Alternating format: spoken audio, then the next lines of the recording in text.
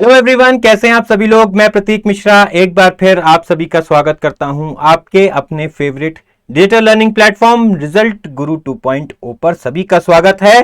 और आज की क्लास एक इंपॉर्टेंट क्लास है क्योंकि हम पार्ट 1 पर पहुंच चुके हैं, भाग 1 पर पहुंच चुके हैं। और यहां से हमारा बेसिकली जो सफर है पॉलिटी का, इंडियन पॉलिटी का, वो शुरू तो हो चुका था, लेकिन उसमें एक नया अध्याय जो है वो जुड़ने वाला है, एक नया चैप्टर जो है वो जुड़ने वाला है। यूनियन और टेरिटरी की बात करेंगे तो part 1, part 2, part 3, part 4, part 5, इस तरीके से अब हम आगे बढ़ेंगे। देखिए, आपका जो 1, 2, 3, 4 पार्ट है वो तो लगभग 1 2 पार्ट तो एक चैप्टर में एक ही मतलब एक बार में कवर हो जाएगा, एक एक घंटे में। यानी आज पार्ट 1 हो जाएगा, कल पार्ट 2 हो जाएगा। पार्ट 3 के लिए 2 लेक्चर लगेंगे क्योंकि काफी बड़ा टॉपिक है। और पार्ट 4 जो है वो भी आपका एक में हो जाएगा, फंडामेंटल ड्यूटीज भी एक में ही हो जाएगा।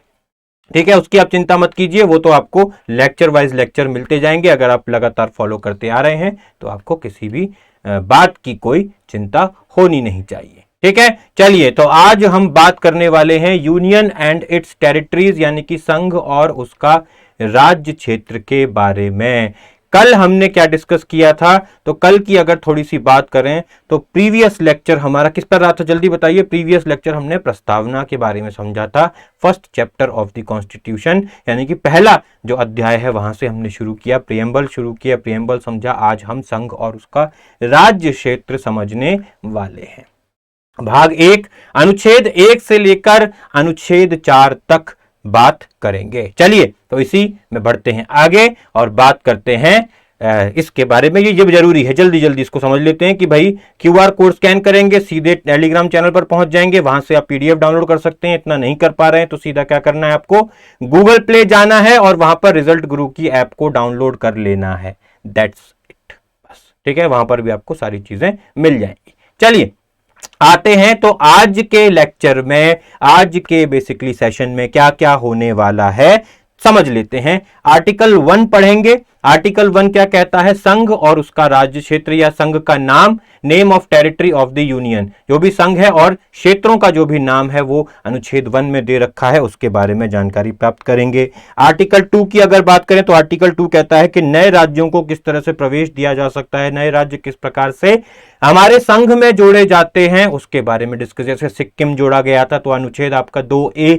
को है रखा गया था, सिक्किम राज्य को जोड़ा गया था ना। सिक्किम पहले एक ऑटोनोमस कंट्री हुआ करता था, उसका एक राजा हुआ करता था, लेकिन उसने बाद में क्या किया, 1974 की शायद बात है, 1974 की बात है कि सिक्किम ने जो है ये इच्छा जाहिर करी कि हम जो है भारत संघ में मिलना चाहते हैं, तो वो जुड़ गया। उसके बाद आर्टिकल 3 की हम बात करेंगे और आर्टिकल 3 अगर समझें तो फॉर्मेशन ऑफ न्यू स्टेट्स, किस तरह से जो अभी एग्जिस्टेंस में जो राज्य हैं, जो हमारे पास स्टेट्स हैं, उनको किस तरीके से कैसे विभाजित किया जा सकता है, किस प्रकार से 2 राज्यों को मिलाकर एक राज्य किया जा सकता है, किस प्रकार से एक राज्य को 2 राज्य में बांटा जा सकता है, 2 से 3 राज्य मिलाकर एक राज्य। सब चीज यहां पर जो भी परिस्थिति बनेगी, जैसी भी कंडीशन होगी, उसके हिसाब से सरकार उस पर निर्णय लेती है। तो उसमें क्या होगा, जैसे 2000 में उत्तर प्रदेश को बांटा गया था, उत्तर प्रदेश से उत्तराखंड को अलग किया गया था। उत्तर प्रदेश सिर्फ उत्तर प्रदेश ही नहीं हुआ था, बिहार हुआ था, बिहार से अलग झारखंड हुआ था और मध्य प्रदेश से अलग छत्तीसगढ़ हुआ था। ठीक है, चलिए तो इसी में यानी कि इसी तहत के जो भी राज्य का नाम बदलना है, ये सारी चीजें इसी के तहत आएंगी। ठीक, आर्टिकल 4 ये बहुत जरूरी है, अनुच्छेद 4 बहुत जरूरी है कि जो भी 2 और 3 के अंतर्गत कानून बनेंगे, जो भी 2 और 3 के अंतर्गत काम होंगे, उसका क्या रहेगा, क्या हिसाब होगा, वो हम आगे बात करेंगे। नो डाउट, कोई दिक्कत नहीं है, कोई परेशानी नहीं है, उसके बारे में हम आगे बात करेंगे। चलिए आगे बढ़ते हैं और इसमें एक्स्ट्रा चीजें जो है वो क्या देखने वाले हैं। तो पॉइंट की बात करें तो exchange of territories with Bangladesh, Bangladesh के साथ कौन सी टेरिटरी है उसका आदान प्रदान हो रहा है, बांग्लादेश के साथ क्षेत्रों का जो आदान प्रदान हो रहा है उसके बारे में डिस्कशन किया जाएगा। ठीक है, जो 2015 में 101 एनक्लेव हमने बांग्लादेश को दिए थे और 51 एनक्लेव हमने ले लिए थे उसके, उन सब के बारे में डिस्कस होगा, यहां समझाएंगे। और फिर बात करेंगे किस तरह से जो राज्य हैं, राज्य एक एक्ट आया था ना, राज्य पुनर्गठन अधिनियम, 1956 का एक्ट आया था, उसके तहत क्या क्या चेंजेस हुए थे, वो सारी बातें यहीं पर होंगी। ठीक है, यहां तक सबको क्लियर है? तो चलिए इसको पढ़ते हैं, एक थोड़ा सा डिटेल में देखते हैं। चलिए तो बात करते हैं पहले की, यानी कि संघ और संघ का नाम और क्षेत्र, या संघ और उसका राज्य क्षेत्र, जो भी यहां पर बात करता है, तो जो क्षेत्रों का नाम है, तो यहां पर 4 तरह के प्रावधान हैं। अनुच्छेद 1 की बात करें, पहले ही अनुच्छेद है ना, तो उसकी बात करेंगे, इंडिया दैट इज भारत। पहले बात करता है इंडिया दैट इज भारत। यहां पर देखिए, संविधान सभा में एक चिंतन, एक बात चल रही थी, और बात यह चल रही थी कि हमारे देश का नाम इंडिया रखा जाएगा या हमारे देश का नाम भारत रखा जाएगा। दोनों ही नामों का अपना एक महत्व है। भारत जो कि हमारी सभ्यता को, हमारे गांव को, गांव के कल्चर को रिप्रेजेंट करता है, वहीं इंडिया जो है, जो भारत नाम है, वो एक ट्रेडिशन को रिप्रेजेंट करता है, कल्चर को रिप्रेजेंट करता है, और वहीं जो इंडिया है वो रिप्रेजेंट करता है एक मॉडर्निटी को, किस तरह से विकास हो रहा है, मॉडर्न सोसाइटी की तरफ हम जाते हैं, तो वो इंडिया उसको रिप्रेजेंट करता है। यानी कि जो शहरी कल्चर है वो इंडिया है, और जो गांव का कल्चर है वो भारत है। तो वहां पर संवैधानिक सभा जो है उसने एक निर्णय लिया कि दोनों ही नाम रखे जाएंगे। वहां पर दोनों नाम हो गए इंडिया दैट इज भारत। ठीक है, इंडिया जो कि भारत है ना। तो अनुच्छेद 1 कहता है, और अनुच्छेद 1 में पहला जो प्रावधान है, पहला प्रावधान क्या कहता है? कहता है कि संघ के बारे में बात करेगा। इसके बारे में बात करेगा, संघ के बारे में बात करेगा। संघ जो है उसके जो क्षेत्र है, उसके जो टेरिटरीज हैं, उन सब के बारे में बात करेगा। संघ की शक्तियां क्या हैं, इन सब चीजों के बारे में, क्या नाम है, कैसे नाम है, सब चीजें संघ के बारे में डिस्कस होंगी। दूसरा जो प्रावधान है, दूसरा प्रावधान कहता है राज्य के बारे में। राज्य मतलब जो स्टेट्स हैं। अब अलग अलग जो राज्य हैं उनके नामों के बारे में बताया गया है, उनका वर्णन किया गया है, सब चीजें, जानकारी जो है वो यहां पर रखी गई है। ठीक है, तीसरे पॉइंट की तरफ जाएं तो तीसरा यहां पर प्रावधान कहता है केंद्र शासित प्रदेश। कौन से प्रदेश? केंद्र शासित प्रदेश। ठीक है, लेकिन यहां पर टोटल प्रावधान 4 हैं मेरे भाइयों। एक बात याद रखिएगा, यहां पर जो प्रावधान है वो 4 है।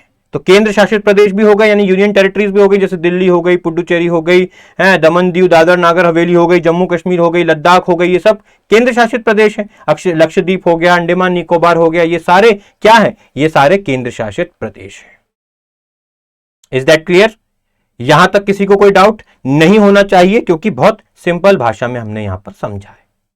और यहां लास्ट प्रावधान कहता है कि वह सभी क्षेत्र जिन्हें कभी भविष्य में भारत द्वारा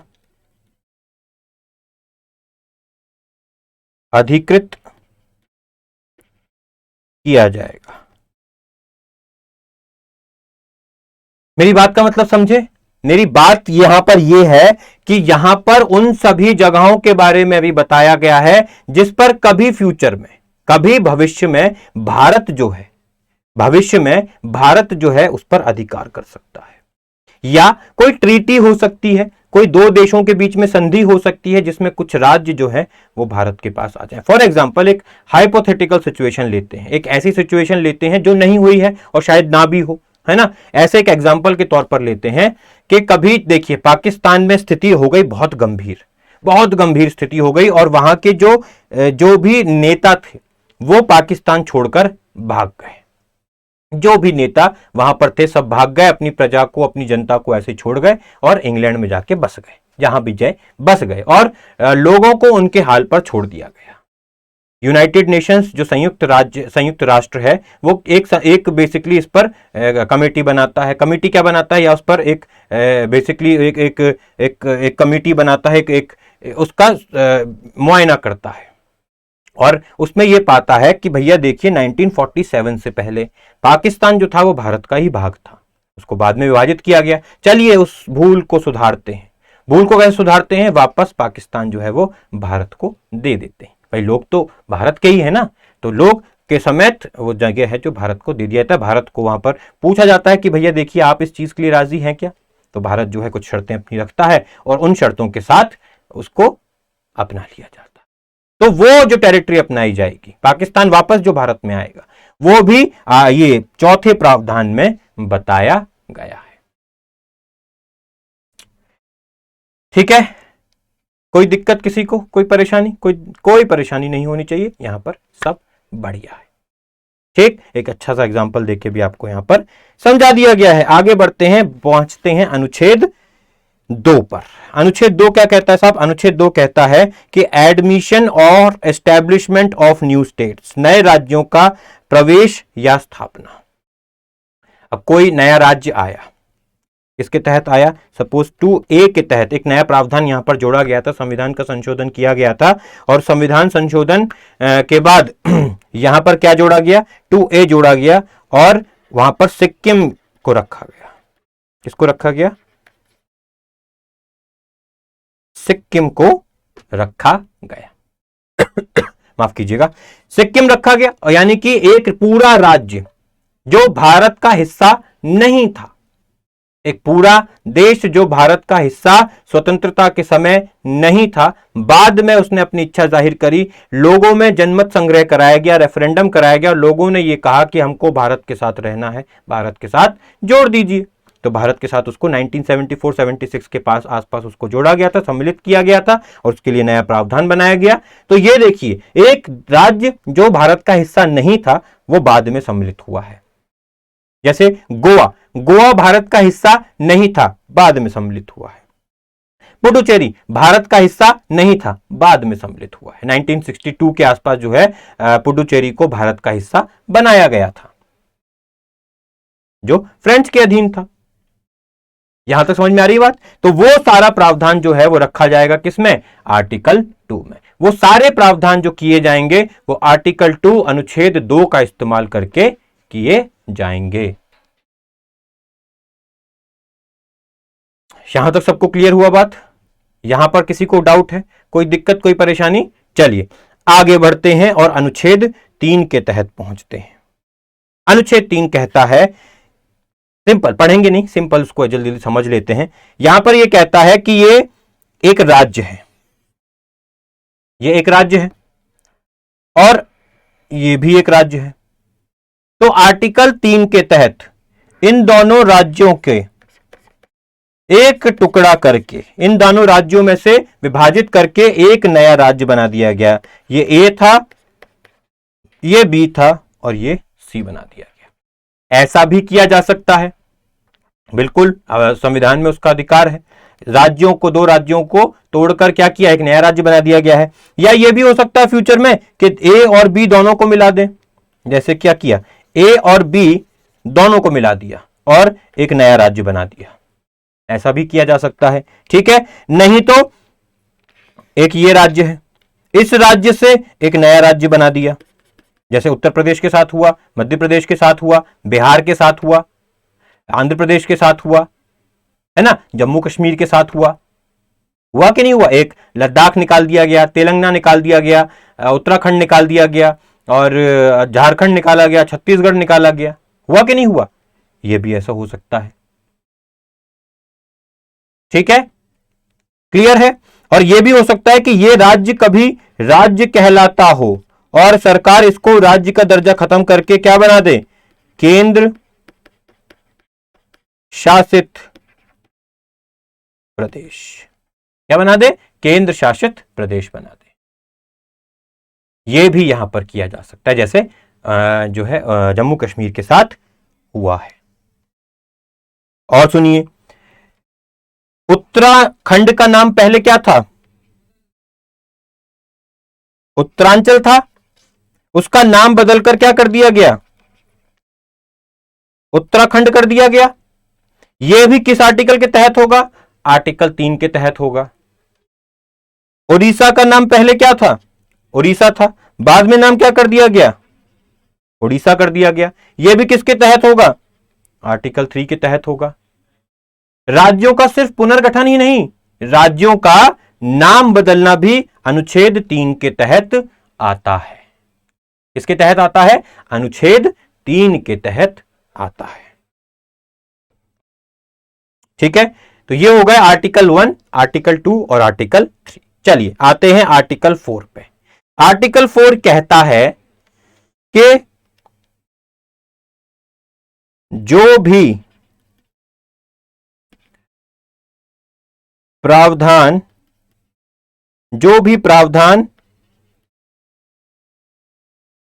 अनुच्छेद 2 और 3 के तहत संसद के द्वारा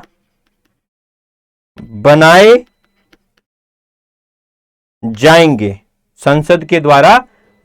जाएंगे 2 और 3 के तहत संसद के द्वारा बनाए जाएंगे, उसमें संविधान का संशोधन नहीं माना जाएगा। क्या नहीं माना जाएगा? नहीं माना जाएगा। यानी कि जो भी प्रावधान आर्टिकल 2 और आर्टिकल 3 के तहत बनेंगे उनको संविधान का संशोधन नहीं माना जाएगा। यानी कि अनुच्छेद 368 के तहत नहीं होगा कुछ भी। ठीक है, क्लियर है यहां पर सबको पॉइंट? यहां पर सबको चीज क्लियर है? यहां पर कोई डाउट नहीं है? सिंपल यहां पर डेफिनेशन बताई गई है कि जो भी संशोधन होगा अनुच्छेद 2 और अनुच्छेद 3 के तहत, उसके लिए संविधान का संशोधन नहीं होगा, उसके लिए संविधान का संशोधन नहीं माना जाएगा। ठीक है, चलिए आगे बढ़ते हैं, आते हैं आगे। Exchange of territory with Bangladesh, ये हुआ है आपका 2015 में। 2015 में ये हुआ है और इसके लिए संविधान का संशोधन हुआ था। ठीक है, यहां तक सबको क्लियर है पॉइंट?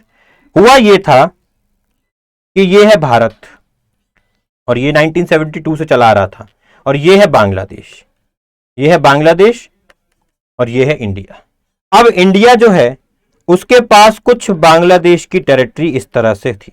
कितनी थी बताते हैं? 51 एनक्लेव। एनक्लेव मतलब क्या होता है बताता हूं अभी। एनक्लेव मतलब होता है कि एक जगह जो किसी दूसरी जगह से घिरी हुई है, एक जगह जो किसी दूसरी जगह से घिरी हुई है को बोलते हैं एनक्लेव। तो ये बांग्लादेश है और ये क्या है? ये भारत है ना। अब बांग्लादेश के व्यक्ति को अपने देश जाना है बांग्लादेश, तो उसको क्या लगाना पड़ेगा? उसको पासपोर्ट, वीजा, सब कुछ ब्ला ब्ला ब्ला सारी चीजें उसको लगानी पड़ेंगी, है ना। और इसी तरह से बांग्लादेश के पास भी भारत की कुछ टेरिटरी थी, करीबन 101 एनक्लेव, कुछ 101 एनक्लेव के आसपास थे।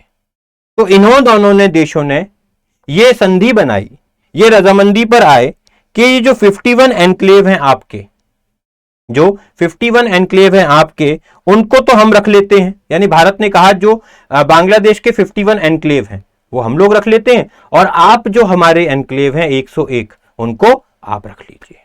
और ये 1972 से चला आ रहा है। इसका जो निवारण हुआ 2015 में जाकर हुआ। ठीक है, किसी कोई प्रॉब्लम? यानी कि ये जो टेरिटरी भारत की थी अब ये हो गई बांग्लादेश की, और ये जो टेरिटरी बांग्लादेश की थी ये हो गई भारत की। लोगों को जो है आजादी, स्वतंत्रता दी गई कि आप बांग्लादेश भी जा सकते हैं या भारत में भी रह सकते हैं, जो यहां पर रह रहे थे। वैसे बेसिकली कोई ज्यादा पॉपुलेशन यहां की थी नहीं। ठीक है, that is the exchange of territories with Bangladesh. Bangladesh के साथ क्षेत्रों का आदान प्रदान इस प्रकार से हुआ था। आइए आते हैं अपने आखिरी या लास्ट टॉपिक पर। आज का लास्ट टॉपिक है हमारा राज्यों और केंद्र शासित प्रदेशों का विकास किस प्रकार से हुआ है। चलिए बात करते हैं। तो समय है सरदार वल्लभ भाई पटेल का। जब सरदार वल्लभ भाई पटेल डेप्यूटी प्राइम मिनिस्टर और होम मिनिस्टर थे, सरदार पटेल क्या करते हैं कि लगभग 600 प्लस जो रियासतें थीं उनको मिला देते हैं और मिलाने के बाद एक पूरा देश बन जाता है। हैदराबाद की, जूनागढ़ की, आपके कश्मीर की ये रियासतें भी, ये बेसिकली हैदराबाद और जूनागढ़ की रियासत को भी मिला दिया गया था। वहां जूनागढ़ के राजा पाकिस्तान भाग गए, हैदराबाद के राजा भी पाकिस्तान भाग गए थे। वहां पर तो पुलिस फोर्स लगानी पड़ी थी। गोवा को भी बाद में मिला लिया गया था, पुडुचेरी को भी बाद में मिला लिया गया था, लेकिन जूनागढ़ के तो लोग कहते हैं कि हम नहीं जाएंगे पाकिस्तान, आप न ले जाओ, है ना। तो इसी तरह से वहां पर हुआ था। तो ये 650 के आसपास रियासतें जो है मिलाई गई और मिलाने के बाद एक देश बनाया गया। अब देश जो है उसमें राज्यों का पुनर्गठन होना था, राज्य बनने थे। तो इस तरह से रखे गए part A, part A, part B, part C और पार्ट डी। इस तरीके से 4 की लिस्ट बनाई गई। यहां पर कुछ राज्य, यहां पर कुछ राज्य, यहां पर कुछ राज्य और यहां पर कुछ राज्य। वह राज्य जो ब्रिटिश भारत में आते हैं, वह राज्य जो रियासतें हैं, वह राज्य जो ऐसी रियासतें जहां पर लेजिस्लेटिव असेंबली है, और एक यहां लास्ट में रखा गया था अंडमान निकोबार द्वीप समूह, डी पार्ट में था। और इस हिसाब से बनाया गया। तो हुआ क्या कि मद्रास जो स्टेट था, मद्रास जो राज्य था, वहां पर हो गई दिक्कत शुरू, क्योंकि तेलुगु स्पीकिंग लोग और तमिल स्पीकिंग लोग एक साथ एक ही राज्य में आ गए। अब उनका शोषण शुरू हो रहा है, किसी का शोषण कहीं हो रहा है, किसी का शोषण कहीं हो रहा है। लेकिन यहां पर जो बनाई गई थी वो सोशल उसके हिसाब से बनाई गई थी, इकोनॉमिक कंडीशन के हिसाब से, इकोनॉमिक कंडीशन के हिसाब से बनाई गई थी। मतलब जिस जगह की हालत जो है वो थोड़ी खराब है, उन जगहों को एक साथ रखा गया और उन पर ज्यादा ध्यान दिया जा सके, इसीलिए उनको रख के एक साथ और राज्य बना दिया गया। लेकिन यहां पर दिक्कत शुरू हो गई और मांग उठी कि भाषा के आधार पर, किस आधार पर? भाषा के आधार पर, भाषा के आधार पर होना चाहिए क्या? राज्य होना चाहिए। और सबसे पहले राज्य की मांग उठी आंध्र प्रदेश की, जो आंध्रा के लोग हैं, जो तेलुगु स्पीकिंग लोग हैं। और वहां पर पोट्टी श्रीरामल्लू, ये इन्होंने आम्र अनशन किया और इनकी मृत्यु हो जाती है। 62 या 63 दिनों के बाद इनकी मृत्यु हो जाती है और उसके बाद तो दंगे ज्यादा हो जाते हैं। तो सरकार वहां पर आनन फानन में ये डिसीजन लेती है कि चलिए एक काम करते हैं, आंध्र प्रदेश को मद्रास से अलग करके एक अलग राज्य बना देते हैं। और ऐसा ही होता हुआ देखकर बाकी राज्य भी ये इच्छा जाहिर करते हैं कि हमको भी अलग राज्य बनना है, भाषा के आधार पर राज्य बनाइए। लोगों की इच्छा शुरू हो जाती है और वो चीजें शुरू हो जाती हैं। तो उसी के हिसाब से एक कमेटी, बेसिकली 3 कमेटियां बनाई जाती हैं। पहली कमेटी का नाम है धार कमेटी, दूसरी कमेटी का नाम है जेवीपी कमेटी और तीसरी कमेटी का नाम है धार कमेटी, जेवीपी कमेटी और आपकी थी एक फजल अली कमेटी। ठीक है, क्लियर। ये जो कमेटी है ये बनती है 1948 में। ये जो कमेटी है इसको ही बनाते हैं 1948 में और ये जो कमेटी बनती है 1953 में। अब ये जो 2 कमेटी बनी, इन दोनों कमेटी ने ये रिकमेंडेशन दी कि साहब देखिए, भाषा के आधार पर राज्य मत बनाइए, सही नहीं है। जो आधार रखे गए थे उन्हीं के आधार पर राज्यों का विभाजन होना चाहिए, पुनर्गठन होना चाहिए। लेकिन दंगे जो हैं रुकने का नाम नहीं ले रहे हैं। लोग चाहते हैं कि भाषा के आधार पर, तो देखिए आज के समय पर भाषा के आधार पर है। राजस्थानी बोलने वाले लोग राजस्थान में हैं, गुजराती बोलने वाले लोग गुजरात में हैं, हिंदी बोलने वाले लोग उत्तर प्रदेश में है, मध्य प्रदेश में है ना। तमिल बोलने वाले लोग तमिलनाडु में है, तेलुगु बोलने वाले लोग आंध्र प्रदेश में है, तेलंगाना में है। इस तरीके से जो है बात चल रही थी। तो इन दोनों ने कहा कि साहब देखिए, भाषा के आधार पर मत बनाइए। जेवीपी कमेटी की बताऊं तो जवाहरलाल नेहरू, सरदार वल्लभ भाई पटेल और पट्टाभी सीतारामैया, ये 3 लोग थे इसमें। इनका चलो ठीक है, कांग्रेस कमेटी बनी और उन्होंने ये कमेटी बनाई, लेकिन इनकी भी यही थी कि भाषा के आधार पर नहीं बनना चाहिए। 1953 में जब फजल अली समिति बनाई, कुंजरू साहब और पणिकर साहब इसमें 2 मेंबर थे, है ना। तो इन्होंने अपनी रिपोर्ट सबमिट करी है 1955 में, 1955 में अपनी रिपोर्ट सबमिट करी और उस रिपोर्ट में यह कहा कि हाँ भैया ठीक है, भाषा के आधार पर। इन दोनों को कैंसिल क्यों कर दिया गया? क्योंकि इन्होंने ये कहा कि भाषा के आधार पर मत बनाइए, लेकिन लोगों की डिमांड जो उठती जा रही थी वो यह उठती जा रही थी कि भाषा के आधार पर बनाइए। तो 1955 में इन्होंने अपनी रिपोर्ट बेसिकली रखी कि ठीक है साहब, भाषा के आधार पर आप जो है राज्य बनाइए, और इनकी रिपोर्ट को एक्सेप्ट किया गया, इनकी रिकमेंडेशंस को एक्सेप्ट किया गया और एक नया एक्ट बनाया गया, स्टेट रीऑर्गेनाइजेशन, इसका नाम याद रख लीजिएगा, रीऑर्गेनाइजेशन एक्ट 1956, और इसी के आधार पर जो है राज्यों का पुनर्गठन किया गया भाषा के आधार पर। गुजराती बोलने वाले गुजरात, राजस्थानी बोलने वाले राजस्थान, पंजाबी बोलने वाले पंजाब, हरियाणवी, ये तो हरियाणा और हिमाचल प्रदेश बाद में आए, ठीक है, हिंदी बोलने वाले उत्तर प्रदेश, मध्य प्रदेश, है ना, आपके उड़िया बोलने वाले उड़ीसा, और तेलुगु बोलने वाले आंध्र प्रदेश। इस हिसाब से राज्यों का पुनर्गठन देख सकते हैं, इस हिसाब से राज्य बने थे। ठीक है, यहां तक सबको क्लियर है? तो ये था हमारा बेसिकली एवोल्यूशन, हमने बात करी कि किस हिसाब से जो है राज्य बने हैं। यहां पर याद रखने वाली एक तो कमेटी जो है वो कौन कौन सी बनी थी वो याद रख लीजिएगा, उसके बाद जो एक्ट कौन सा लिखा है मैंने नीचे उसको याद कर लीजिएगा, और जो आर्टिकल्स हैं पीछे समझाए थे वो याद रख लीजिएगा। ये सारी बातें यहां पर इंपॉर्टेंट है। ठीक है, क्लियर हुआ पॉइंट सबको? कोई डाउट मुझे लगता है यहां नहीं होना चाहिए, क्योंकि जिस हिसाब से बताया गया है, जिस हिसाब से समझाया गया है, सबको क्लियर हो गया होगा। चलिए, तो आज का ये सेशन है हम लोग यहीं पर एंड करते हैं, यहीं पर खत्म करते हैं। लेकिन जाने से पहले जो आप देख रहे हैं, अपने फिर से बताऊंगा कि आप जो है टेलीग्राम पर जाकर और जो है पीडीएफ डाउनलोड कर सकते हैं, नहीं तो गूगल ऐप से जाकर सीधा क्या करना है, आपको ऐप डाउनलोड कर लीजिए और वहां से भी आप पीडीएफ डाउनलोड कर सकते हैं। और उसके साथ बेनिफिट ये है कि कुछ प्रैक्टिस सेट भी आपको लगाने को मिल जाएंगे।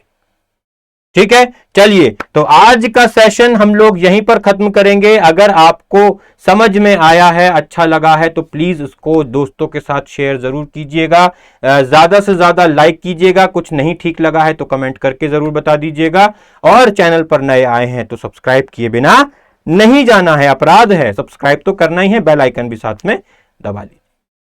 ठीक है, तो इसी के साथ मैं प्रतीक मिश्रा आज का ये सेशन यहीं पर खत्म करता हूं। आई होप, आशा करता हूं, आशान्वित हूं कि आपको समझ में आया होगा।